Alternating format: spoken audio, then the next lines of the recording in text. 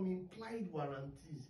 That number one, there is an implied terms that the goods must be fit for purpose. That is to say, I am buying a shoe. The shoe must be fit for the purpose of a shoe. It must be safe for purpose. It must be convenient.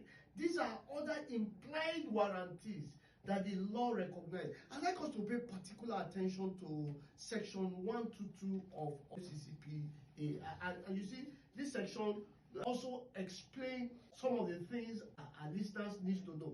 Barrister Daniel, you want to read this section so that our listeners can really have a benefit of knowing exactly what this section talks about. I think this section captures aptly the issue about no return policy that we'll talk about. Thank you very much, Barrister Festus, and thank you for this opportunity. Section 122 of the Act, that's the Federal Competition and Consumer Protection Act, so that everyone knows that whenever you have an issue, you are entitled to a refund. Section 122 goes thus: in addition to the consumer's right to return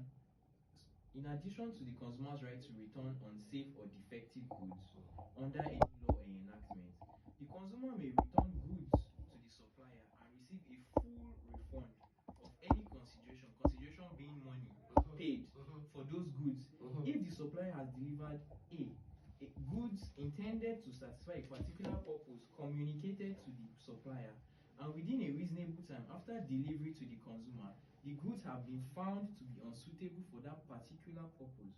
Or B, goods that the consumer did not have the opportunity. So sorry, before you go for the law is even saying after delivery.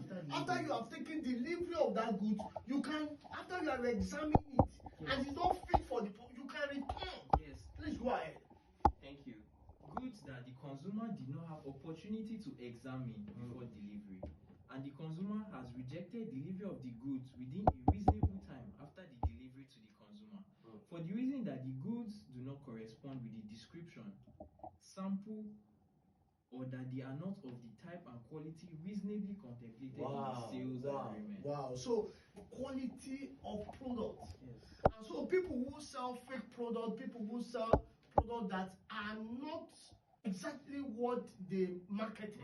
I think this also particularly deals with people who sell online. You see something online, you probably, a number of our ladies and listeners will relate with this. You see a Brazilian hair.